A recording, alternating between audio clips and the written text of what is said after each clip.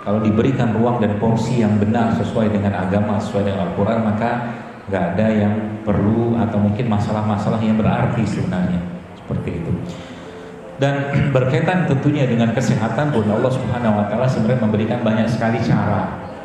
Ya, saya tidak menyangka seramai ini yang datang. Masya Allah. Dan Cilacap ini menjadi kota yang mungkin ada 10 tahun yang lalu mungkin saya pengen kesini. Lama banget, 10 tahun kemudian baru sampai. Ya. Jadi Masya Allah, dengan izin Allah saya sampai sini. Dan terima kasih pada teman-teman dari Perkumpulan Bekam Indonesia yang telah menginisiasi acara ini di Masjid Al-Islah ini, dan juga teman-teman dari Dinas Kesehatan dan tentunya dari Masjid Al-Islah ya, para DKM-nya yang telah memberikan kesempatan kita untuk hari ini bertemu di sini, insya Allah. Dan mudah-mudahan apa yang disampaikan ini bisa memberikan pesan pulang kepada kita semua, supaya nanti Bapak Ibu setelah dari sini hidupnya bisa jauh lebih baik, lebih sehat, dan lebih bahagia. Jadi kalau ditanya mau sehat nggak? Mau. Tapi kalau disuruh ngerjain sesuatu biasanya nggak mau. Biasanya begitu, maunya mau tapi usahanya susah. Ya. Jadi beberapa waktu lalu saya bertemu dengan seorang bapak-bapak yang subhanallah ya, beratnya itu 120 kilogram. Ceritanya begitu, dia lagi jogging, ya dia cerita ke saya. Ya, salami saya, dia bilang, dokter makasih resep-resepnya, dia bilang gitu. Resep yang mana saya pun tidak tahu, ya, karena banyak banget resepnya. Ya, yang itu sebenarnya bisa Anda akses ya, karena ilmu itu dalam Islam ya pakai aja lah. Kalau sekarang kita bicara copyright atau hak cipta, harusnya Imam Bukhari sama Imam Muslim itu paling kaya sedunia. Ya. Imam Nawawi juga kaya dengan kitab Riyadhus Shalihinnya. Ya. Islam itu menghargai hak cipta, tapi bukan dengan cara-cara Yahudi, ya, seperti itulah. Lalu disampaikan kepada saya, istrinya juga hamil gugur. Ya. Jadi nggak bisa hamil gitu kan.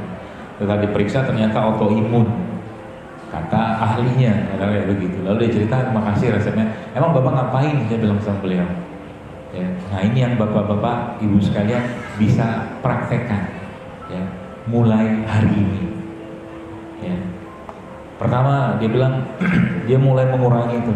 Yang pertama yang beliau jelas-jelas sampaikan ke saya, jadi bahwa istrinya itu ya seperti biasa, kalau autoimun kan dalam ilmu pengobatan sekarang ya memang tidak ada obat gitu kan. Seterusnya saya nggak mau bahas itu.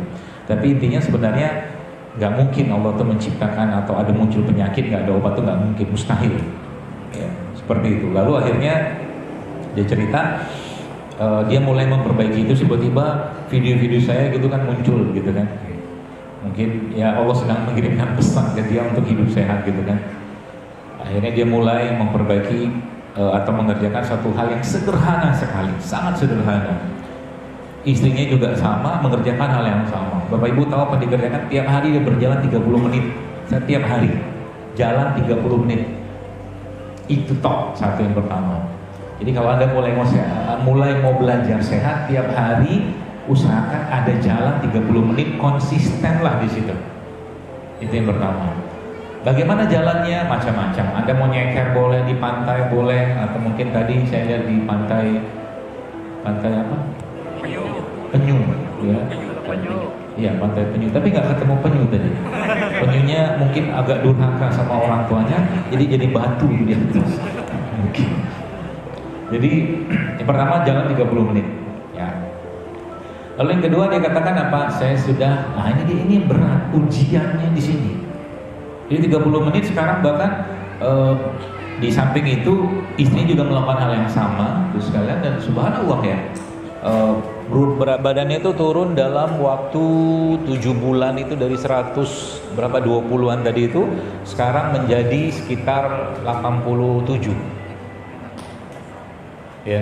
Jadi kayak begini ini sebenarnya simpel banget sebenarnya kalau kita tahu rumusnya. Ya, makanya jangan terlalu cepat beli program-program diet, ngapain.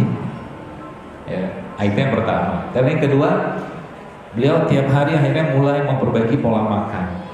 Ya. Pola makannya apa? Salah satu yang beliau Nah ini yang saya agak-agak deg-degan ngomongnya. Salah satu yang beliau tinggalkan itu adalah terigu, tepung. Ada yang mau selesai aja kajiannya? Terigu. Makanya tadi pagi tuh saya bikin postingan makan tempe mendoan. Jadi sebenarnya Bapak Ibu tuh makan tempe mendoan tuh yang mau dimakan tempenya apa tepungnya? Hah? Coba jujur. Kan namanya aja tempe mendoan, kan gitu kan? Yang sehat itu tempenya atau tepungnya? Bener ya?